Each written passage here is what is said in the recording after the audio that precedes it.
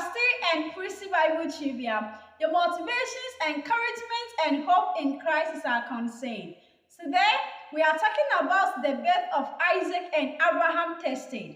In our last episode, we learned God promised Abraham and Sarah to have a son. Yes, God fulfilled his promise because from our Bible, the book of Genesis chapter 21 verse 8 going, when Abraham was 100 years old, Sarah gave birth to a son.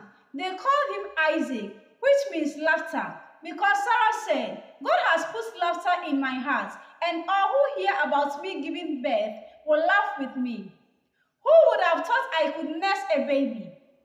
When Ishmael was a young man, Sarah saw him mocking Isaac. She was so furious and she told Abraham, send that woman as well as her son away. I don't want him to inherit anything that belongs to Isaac. Abraham didn't want to do this because he loved Ishmael. But God said, do what Sarah wants. So early in the next morning, Abraham gave Hagar bread and water and sent her and her son away.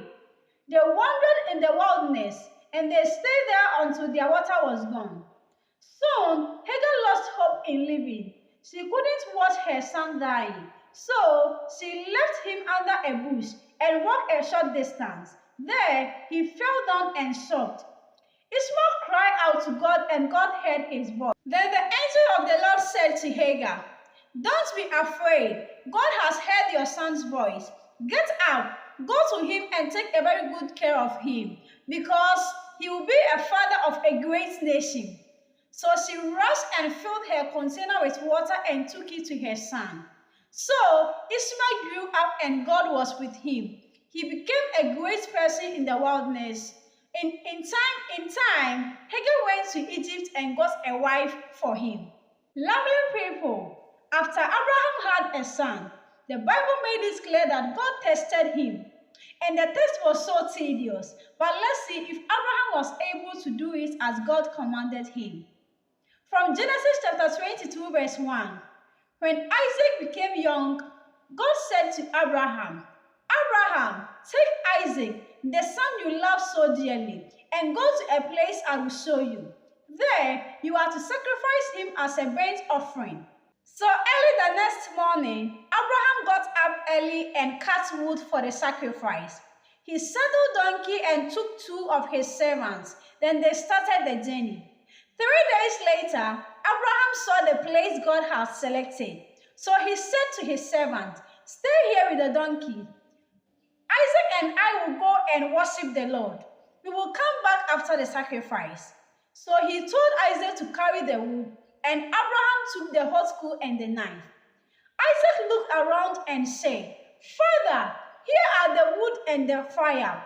Where is the lamb for the sacrifice?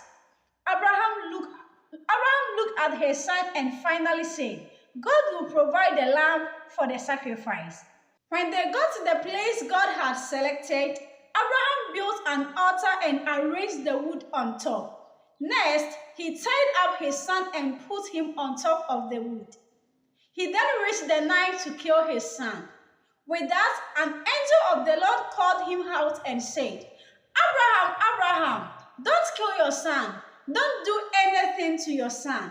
For now I know that you fear God and you are willing to give me your son. Abraham looked up to the side and saw a ram with his horns caught in the bush.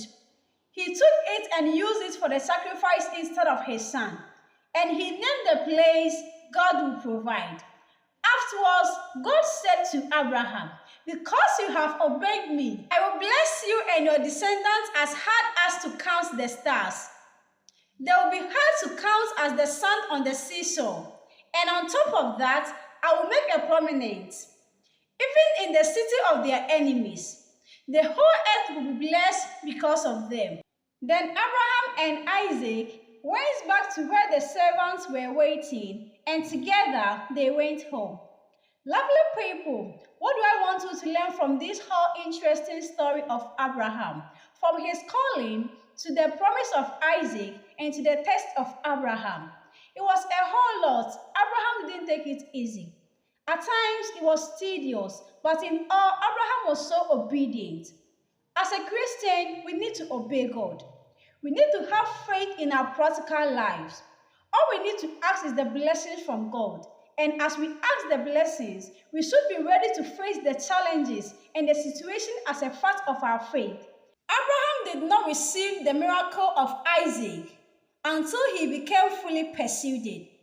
Hang on to the promise of God as long as possible. Your blessings will certainly come.